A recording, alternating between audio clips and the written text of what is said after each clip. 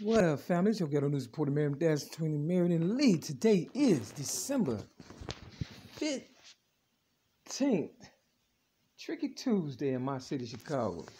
The year is supposed to be 2020. Now, forgive me if I do not really know what's going on due to the fact that, a lot of games have been played on me due to the fact that I have a gift called rap speech. You understand what I'm saying? I have a lot of talents and a lot of thieves around me. You understand what I'm saying? Real talk. So I may have been misinformed. This is just for the record. I don't have dementia and, none of that. It's not my fault. It's just the way I was taught. You understand what I'm saying? Real talk. I say that because I was looking at some history on Rudy Ray Moore and, Eddie Murphy played him, which his name was Rudolph F. Franklin. You understand what I'm saying? Real talk. Not Rudy Ray Moore. Rudy Ray Moore was his stage name. So right there let you know the games people are playing and stuff. And the reason I found that out, I didn't Google it first to find it out. I was looking at some video on YouTube, social media, and, Eddie Murphy, he played Rudy Ray Moore in a movie. My name is Rudy Ray Moore, something like that, on Netflix or whatever. And that was supposed to be in 2019. This is 2020. That was kind of like Eddie Murphy, who is a comedian who I grew up with. Now, Rudy Ray Moore was supposed to be born the same year as my mother, Mary Lee Wright, in 1927, and he's supposed to have died in 2008, the same year that I got railroaded, May 31st, 2008, for so-called disarming a police officer, something I did not do. Now, with that said, the reason why they did that, because I am the originator of rap, and they trying to say that Rudy Ray Moore, Rudolph F. Franklin, a.k.a. Rudy Ray Moore, is supposed to be the godfather of rap. Now, they said Eazy-E was supposed to be, I guess, the godfather of gangster rap. And his name is Eric Wright, like my mother, Mary Lee Wright, who was supposed to be my mother. Now, I have been estranged from my family since basically I was born. I don't know one way or another if they my family or not. I know my higher power is. You understand what I'm saying? And the gifts that I was gifted from my higher power, people are stealing from me and, things of that nature. So, on Rudy Ray Moore deathbed, he accused Steve Harvey and a lot of people, claiming to be the kings of comedy, from, not acknowledging him like a lot of people haven't. I haven't been acknowledged at all. So I was looking at this one white guy. He claimed that he had purchased Rudy Ray Moore's storage, unit or whatever, because that's the game. They railroad you and stuff, and force you to, get kicked out of your house or something, or, lose your income. That's what I'm going through right now. Things like that I've experienced, and I had to not abandon. I never wanted to abandon any of my things. I've always been a person who paid my bills, this, that, and whatever and stuff. I sold general merchandise. I'm an originator of rap for real, for real. But they trying to give him my legacy. You understand what I'm saying? See, the older people, they wanted to come up. When older people, they fall off, they need a come up. So they look towards, the younger generation. That's where I came in at. And they realized that, I had a gift of writing and telling stories and things of that nature or whatever. Now, Rudy Ray Moore, they also known as Rudolph F. Franklin, he tells dirty, signifying, uh, rhymes and things of that nature. Whereas I give you a picture, a story, I can do that, but he piggyback off of me. That's what he did. You understand what I'm saying? I know that's what he did. You understand what I'm saying? For real.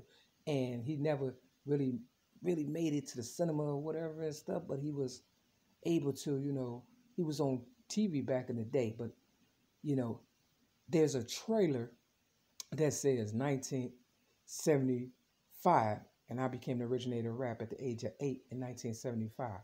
Okay, now keep in mind, so you know how they could take advantage of the children, the kids, babies, and even the ones who inherit just in case I die, I got they have stolen my eggs, things of that nature, things that they would want me to believe is not happening to me, but I've witnessed it, I've experienced it, and I've gone through it and things of that nature or whatever and stuff. So you know they would do things like railroad the ones that are you know lucrative and stuff. So you know they purchased this white guy or whatever. Okay, my fault. Let me go back and stuff because all of this is it's a bit much, man, for real. So you have to be understanding. If you're a human being and you're the only one, it's you against the world. You got to understand where I'm coming from. So real Mary McNamara, stay with me. So on YouTube, they got the Dolomite movie, and they put in 1974. But then I looked down, and they had a trailer of the same movie Dolomite, because that's what Rudy Ray Moore was, known for, that movie or whatever and stuff. And then it said 1975. See, when they own the information, they can change it all they want. That's a song by John Mayer. He's a white guy. You understand what I'm saying? Real talk. So, but real Mary McNamara know what time it is and stuff, because I haven't gotten anything. So for me being the originator of rap, and rap is one of the most lucrative genre of music there is. And I'm also a comedian. So everything that I do, believe me, somebody's writing it down, and because I'm in here, pretty much, I'm knowing what I'm doing. And Biggie Small, who is also or was a rapper, they claim he died. I told people in 1995 when I gave Oprah Winfrey my truths to the sound of music, and they knew who I was or was going to be for real, because I held no punches in 1995 when I gave my cassette tapes, to Oprah Winfrey, who was a, prosperous talk show host, who is no longer a talk show host in my city, Chicago, and who went off the air on my birthday, May 25th. But in the year 2011, this is the year 2020. You understand what I'm saying? Real talk. But she, she exploited me and everybody else and stuff, and when I gave her my story in 1995 to the Sound of Music, they knew who I was then and stuff, but they tried to make it seem as though I was crazy. They threw me in the psych ward in Hines, Illinois, at this hospital called, Steve Madden or whatever and stuff. Now, the place I'm at right now is a so-called manager of mine at the building that I'm, just renting a room from. They didn't stole or whatever and stuff and just collected money or whatever, hoping I'd die and stuff, right? Real talk. His name is Steve. So, it's all connected and shit, since I've been here, they have made it where, I had to put my stuff in storage and stuff because they kept playing with, maybe you're going to be here, maybe you ain't going to be here. And then I put my stuff in storage, and then they railroaded me out of that storage, after a month or whatever and stuff. Long story short, I remember putting some stuff in storage when I had a nice apartment, earned it, and was trying to relax. And, after, selling general merchandise, make a name of myself and try to, push my writings and stuff, because I am a writer. I'm also a comedian, and they write down everything that I say and do because, that's what I do. I mean, Biggie said, you're nobody, until somebody kill you. Biggie Smalls, Christopher Wallace also was, a rapper, but they said he died. But I told them in 1995, I already know that I'm worth more dead than I am alive. So they already knew that they was using, my brain back then. I gave them a bunch of, ideas on how to come up, and they didn't came up so much. If I were to tell you I am worth at least $1 zillion due to all the people that came up, I'm counting them included and stuff, and it's only 7 billion people in the world. We all could have been a billionaire, but because people are greedy and don't want to see me, make it for some reason or another. So, they do things to try to kill me. I've been poisoned 6 times. I've been raped as a little girl by 5 guys and stuff. I've been, tasing my kidney by the police. I've had, gangbangers beat me up. I got the police in my city, Chicago, stalking me and stuff. I got people in this building where I'm at, 6210 South Kenbark Avenue, Chicago, Illinois, 60637, apartment 308, just waiting, hoping that, I get caught up so they can come in here and steal the shit or whatever. Now, back in the day, I used to stay up north on Ridge and stuff, after selling general merchandise and thinking I was, a part of something real, big or whatever and stuff, you know, waiting on my big moment, you know, in time or whatever and stuff. I'm no longer waiting. I don't give a fuck. I'm hoping I get one wish and all the ones that robbed me and my real motherfuckers and shit that they die. That's what I hope for real, because that's all they want from me and stuff. So, you know, I had a nice apartment up north in my city, Chicago, Rogers Park area and stuff, you know.